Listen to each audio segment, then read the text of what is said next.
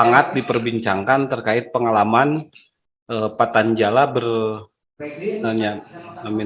masuk atau mengintervensi kebijakan pemerintah gitu dalam konteks negara Panyelang tadi Cisanggarung kan terkait Perda. Itu kumaha dongeng nak Bang? Nah kan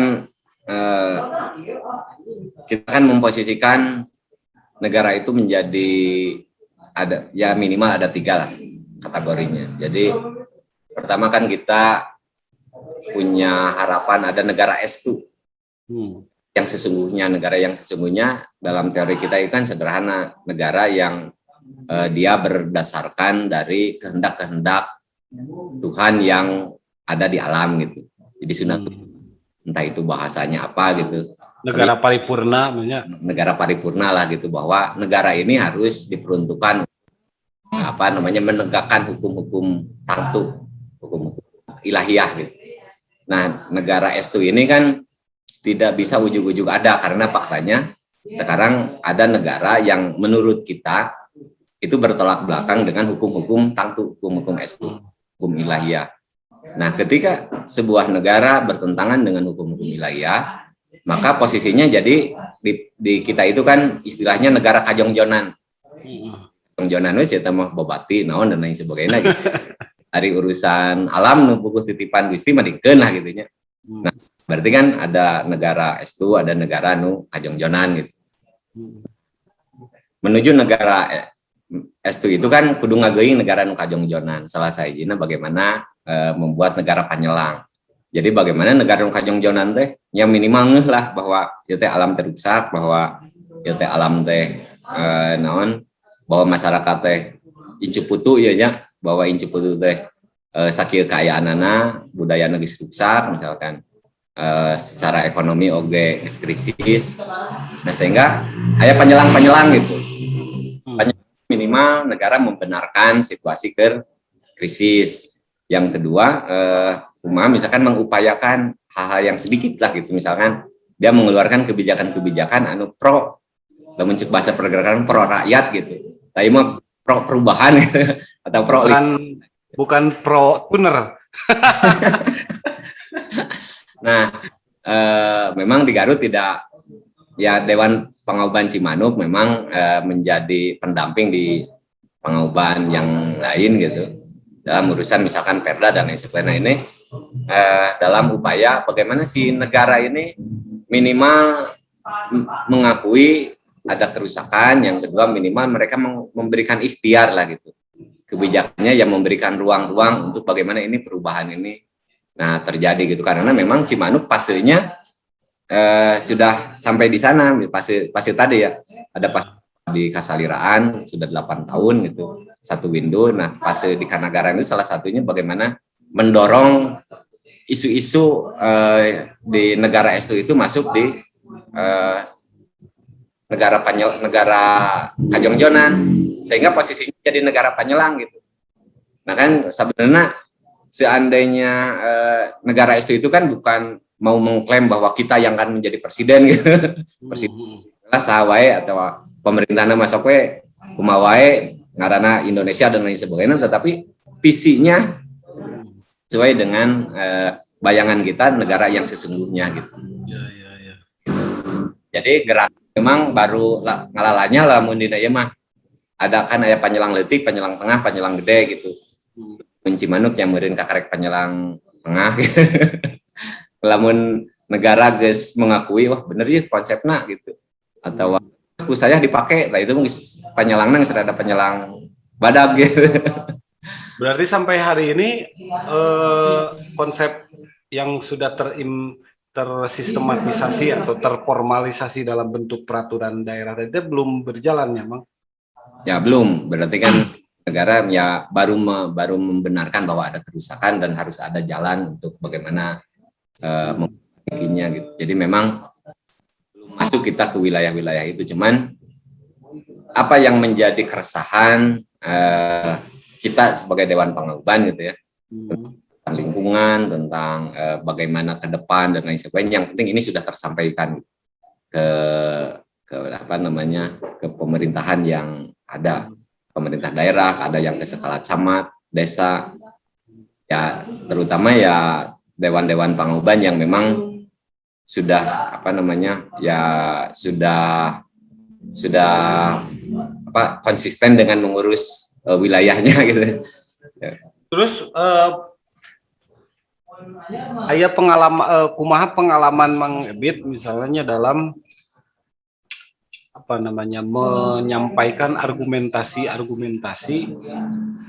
di dalam terkait tentang apa yang ditemukan melalui metode Patanjala ini kan kemudian disampaikan, terus Ya. diberikan argumentasi yang ilmiah lah misalnya, bukan ilmiah maksudnya argumentasi yang kita sebagai penguat gitu dari pesan-pesan yang disampaikan pada pemerintah, yang notabene kita tahu kondisi pemerintah kita kan sangat teknokratisnya hari ini, Ya. saintifik gitu. Terus tanggapan mereka kumaha gitu, pengalaman Mang Ebit berdialog atau Ya, berlingkisi. Kan sebenarnya yang jadi berat itu kita hanya menyampaikan ke pemerintah daerah, padahal yang banyak melakukan kerusakan itu kan dampak dari kebijakan pemerintah pusat. Jadi kita juga tidak bisa apa namanya, tidak bisa amuk-amukan, tidak bisa berperas lah, karena pemerintah daerah peduli, tapi kan ini kebijakannya pemerintah nasional gitu. Nah, kalau metodenya kan bukan metode lah, kalau kebiasaan kita kan kita kembali merenung atau merefleksi ulang tentang visi negara. Tugas negara itu kan secara filosofi, visi negara itu kan secara filosofi bagaimana membuat rakyat itu bahagia, kan gitu. Nah, ketika modal kebahagiaan rakyat itu kan kalau kebutuhan dan keinginannya terpenuhi. Kebutuhan yang paling dasar manusia itu kan makan minum lah, makan minum rumah gitu. Nah, cara yang itu diistilahkan sejahtera gitu. Biasanya kan seperti itu. Rumah, terus kesehatan, pendidikan, yang itu bisa diistilahkan sejahtera. Nah, itu salah satu filosofi dasar adanya hadirnya negara. Nah, kan semua juga bersepakat tentang hal itu gitu ya, bahwa tugas negara itu membuat masyarakat atau penduduknya sejahtera yang kemudian menjadi bahagia. Nah, yang selalu saya pertanyakan, lantas modal kebahagiaan, modal kesejahteraan rakyat itu kira-kira apa?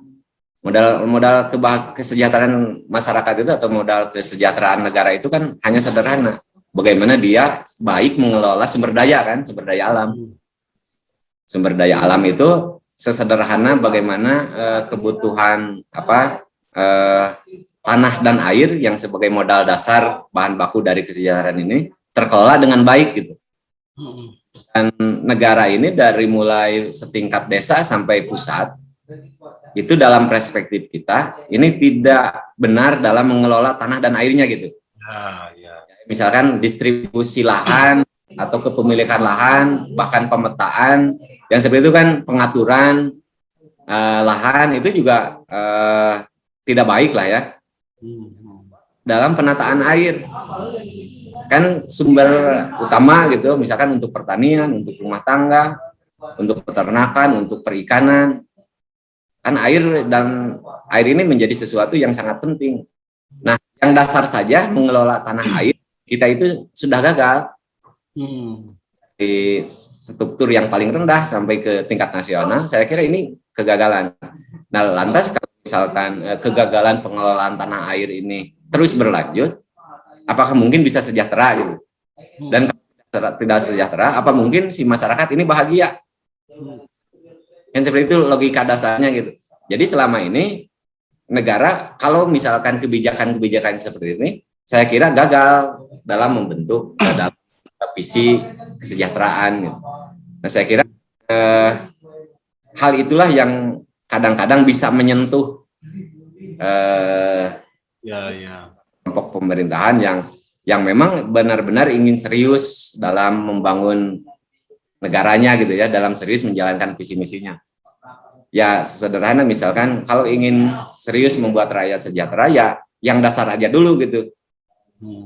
Jadi bagaimana tanah dan airnya terjaga, ya kuncinya menjaga tanah air itu kan bagaimana hutannya gitu, sungainya dan lain sebagainya ini terjaga.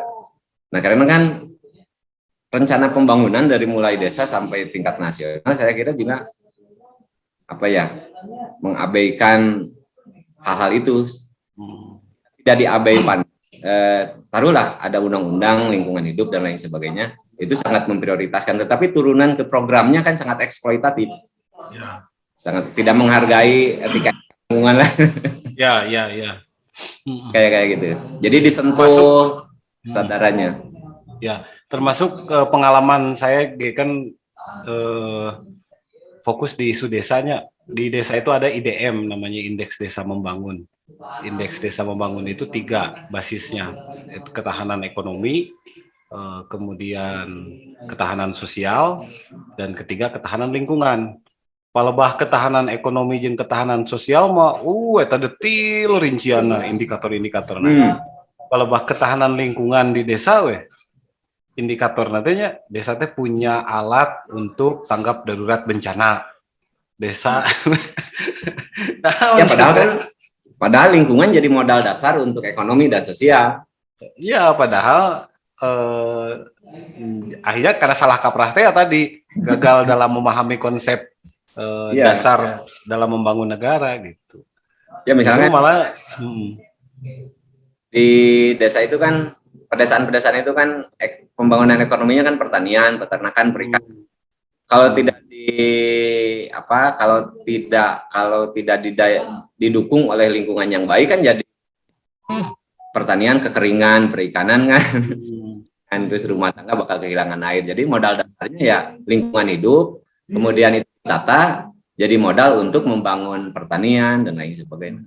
Terus yang lucu kan desa anu henteu paham bagaimana mendayagunakan berdasarkan peruntukan wilayahnya itu, misalnya bikin produk unggulan desa di kawasan-kawasan yang rawan, misalnya tidak direkomendasikan untuk produksi, kerek oge mulai proyeknya kalongsoran. Kan jadi lucu gitu. Iya. Kumaha. Jadi investasi pemerintah yang dianggap investasi infrastruktur kan hilang dengan seketika gitu, menaya banjir, longsor dan lain sebagainya. Padahal itu kan sebetulnya bisa diantisipasi sebenarnya kalau kita mengerti bagaimana menata wilayah, mengerti peruntukan dari masing-masing wilayah. Iya. Jadi di desa itu ya kesadaran. Tapi kan isu lingkungan teh jadi seksi karena dari pemerintah pusat kan digembor-gemborna pembangunan ekonomi nah gitu. Ya, nah justru itu isu lingkungan tuh seksinya tuh di bulan-bulan ekstrim Ya. Lamun keur usum puncak musim hujan, longsor banjir di mana-mana, kerek desa lestari, desa mitigasi bencana, cina kan muncul brand-brand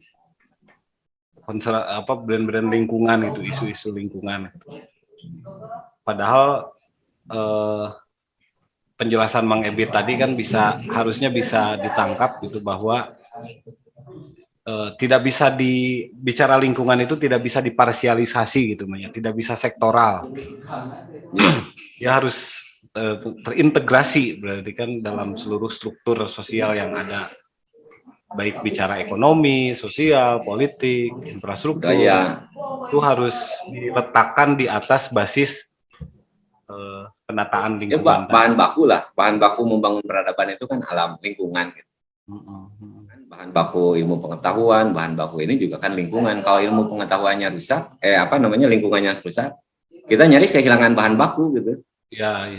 Bahan bakunya rusak ya kita tidak akan dipakai ekonomi tidak akan kokoh gitu kan, budaya akan jadi budaya serampangan gitu. Ya. Kayak gitu. Oke, Mang Ebit, samentawis atur nuhun penjelasannya, mudah-mudahan ini bisa jadi pelengkap informasi atau penjelasan tambahan untuk khususnya menurutnya incu-putu yang selama ini bertanya-tanya membutuhkan. Soalnya baru dak teh sok, aduh cina hayang diskusi Patanjala teh kudu kasaha, da muka dina Google kalakah Patanjala India bijilna cenah. Nah, sekaligus juga video-video yang kita buat dengan Mang Ebit, Ki Maher dan lain sebagainya, ini juga bisa diakses bagi siapapun yang memang punya ketertarikan ingin tahu lebih dalam terkait tentang kepatanjalaan. Tapi kan harus di ini, Mang Bay. Jadi ini kan ada laku dasar ya. Jadi laku dasar Patanjala itu kan kita tidak berani berbicara banyak karena itu kan Kang Rahmat yang lebih paham. Ya. Nah, tapi kan Kang Rahmat juga bahwa Patanjala itu yang tidak buka apa ya, laku dasar itu kan hanya sebagai tadi landasan bagaimana nanti berinteraksi dengan melahirkan hasanah keilmuan yang lain gitu.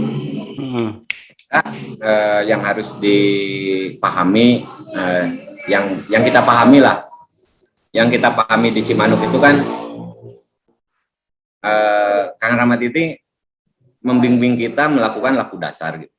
Nah, kan bagaimana kita bertapa bertapa itu kan bagaimana cara kita mempelajari politik, ekonomi, masyarakat, sosial, budaya, kemudian kita melahirkan narasi-narasi baru tentang perubahan ke depan gitu. Nah, itu juga sebenarnya ya itu hasil dari diskusi-diskusi Incuputu gitu. Jadi Kang Rahmat juga tidak mengintervensi, misalkan hal yang paling mendasar itu pada hal-hal yang spiritual misalkan. Seperti itu ketika kita sudah ke gunung tiba-tiba ada sesuatu hal yang aneh dan lain sebagainya gitu. Nah, kan Kang Rahmat juga tidak banyak membicarakan hal yang seperti itu gitu. Nah, Incuputu ngariung, ngobrol gitu.